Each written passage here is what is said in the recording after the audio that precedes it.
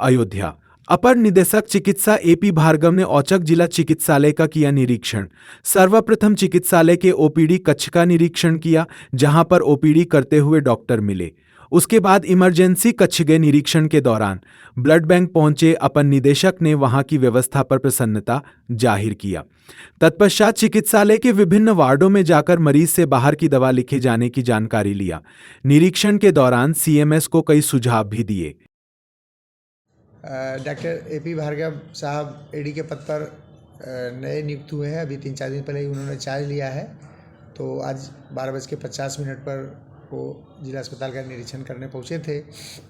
सबसे पहले वो फिजिशियन वाले कमरों में गए। चूँकि हमारे यहाँ एक ही फिजिशियन है और एक पुनर्नियोजन में डॉक्टर नानक शरण है, तो 14, 15, 16 कमरों में फिजिशियन से खुद जा कर के मिले कि इस तरह के मरीज़ देखे जाते हैं, क्या समस्याएं आ रही है, एक्सरे सबका हो रहा है नहीं हो रहा है, दवाएं सब मिल रही है अस्पताल में।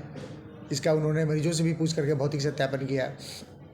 इसके बाद वो इमरजेंसी ओपीडी गए। वहाँ इमरजेंसी में भी 1-2 मरीज़ लेटे हुए थे। उन लोगों से भी उनकी स्वास्थ्य के बारे में, इलाज के बारे में जानकारी प्राप्त किया। ईसीजी चल रहा है कि नहीं, मॉनिटर सब चल रहा है कि नहीं, ये उन्होंने खुद अपनी आंखों से देखा। इसके बाद वो ब्लड बैंक गए। ब्लड बैंक में कितने ब्लड इस समय है, तो 290 ब्लड बताया गया कि आज 17 तारीख को उपलब्ध है, 290 यूनिट।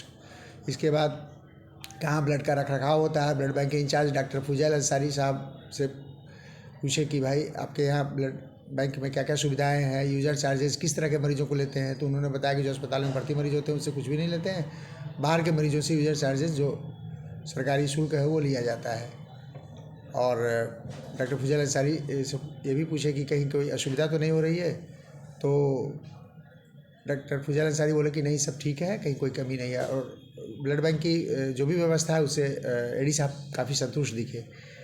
उसके बाद वो न्यू बिल्डिंग में जहाँ पर्चा काउंटर है उधर OPD, ENT OPD और सर्जरी OPD की तरफ गए। फिर वार्डों का निरीक्षण उन्होंने किया। वार्डों के निरीक्षण में सबसे पहले ENT वार्ड गए। ENT वार्ड के ठीक सामने न्यू चाइल्ड वार्ड है, वहाँ भी गए। फिर फीमेल सर्जिकल वार्ड में जो आयुष्मान वार्ड है और सर्जिकल वार्ड है वहाँ भी गए। आयुष्मान वार्ड का रख रखाव से वो काफ़ी प्रसन्न दिखे। और आयुष्मान वार्ड के बाद आयुष्मान वार्ड में एक मरीज़ भी भर्ती थी जिसका 3 दिन पहले और हड्डी का ऑपरेशन हुआ था ऑर्थोपेडिक सर्जन के द्वारा। उनका हालचाल जाना, किसी किस्म की कोई दवा बाहर से नहीं लिखी जा रही है, ये मरीज़ ने खुद बताया। सिस्टर लोग ध्यान दे रही है, मरीज़ को आराम भी है, कोई परेशानी नहीं है, ये मरीज़ के अटेंडेंट ने कहा।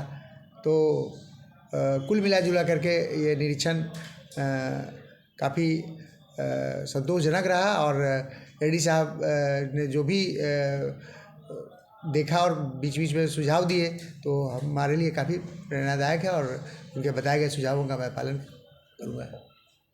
पुराने सीएमओ कार्यालय और अभी का जो सीएमएस आवास है, ये बिल्डिंगों के जर्जर स्थिति को देखते हुए बताए कि पहले भी एक बार प्रस्ताव पारित यहाँ से जा चुका है शासन को, सांसद जी के सहयोग से, जो पूर्व सांसद लल्लू सिंह थे, कि इन बिल्डिंगों को जो पुराने जर्जर हो गए हैं डिमोलिश करके एक 5 मंजिला इमारत यहाँ पर बनाया जाए। तो इससे कुछ OPD, कुछ ऑफिस और कुछ रिहायशी आवास की समस्या भी दूर होगी। और ये काफ़ी जो पार्किंग की समस्या रहती है, जगह कम है, व्हीकल्स ज़्यादा हैं, तो ये समस्या से भी निजात मिलेगा। तो एडी साहब के निर्देश के हिसाब से देखते हैं कि कौन से कागज़ 2-3 साल पहले भेजा गया था उसको निकाल के एक नए तरीके से प्रस्ताव शासन को उपलब्ध कराते हैं, ताकि जो हमारे परिसर में OPD की समस्या है, ऑफिस की समस्या, आवास की समस्या है, ये दूर हो। जैसे तो हमारे यहाँ सभी उपलब्ध है। हम तो एक सर्जन रहे हैं और हम समझते हैं कि सर्जरी में देखिए एक से एक जटिल ऑपरेशन यहाँ होता है और मैं यहाँ 12 साल से हूँ। आज तक सर्जरी में हमको कभी बाहर की कोई एंटीबायोटिक की या इंजेक्शन की ज़रूरत ही नहीं पड़ी। तो मैं नहीं ज़रूरत पड़ी मेरे को, तो अन्य को भी नहीं पड़ना चाहिए। लेकिन ये खाली सर्जरी डिपार्टमेंट की तरफ से मैं कह रहा हूँ। अब जैसे हृदय वाली बात है तो कोई कार्डियोलॉजिस्ट है नहीं, तो सब BBS या MD लेवल के लोग हैं, तो जितनी दवाई वो लिख पाते हैं उतनी दवाई हमारे अस्पताल में है, जितनी दवा वो लिखते हैं। शिकायत या कोई ऐसा पर्ची हमारे संज्ञान में नहीं आई है। लेकिन यह है कि बार बार के निरीक्षण से और औचक निरीक्षण से ये समस्या दूर होगी। अगर कोई शिकायत आती है तो इसकी जांच कराई जाएगी और बीच बीच में चिकित्सकों को भी ताकीद की जाती है। बाहरी दवाओं न लिखने के बारे में आज एक आदेश भी जारी कर रहे हैं कि बाहरी दवाई बिल्कुल न लिखी जाए, अगर बहुत ज़रूरी हो तो जेनेरिक दवाई लिखी जाए, जो कि हमारे कैंपस के अंदर जो जन औषधि केंद्र है वहाँ से मिले। ठीक।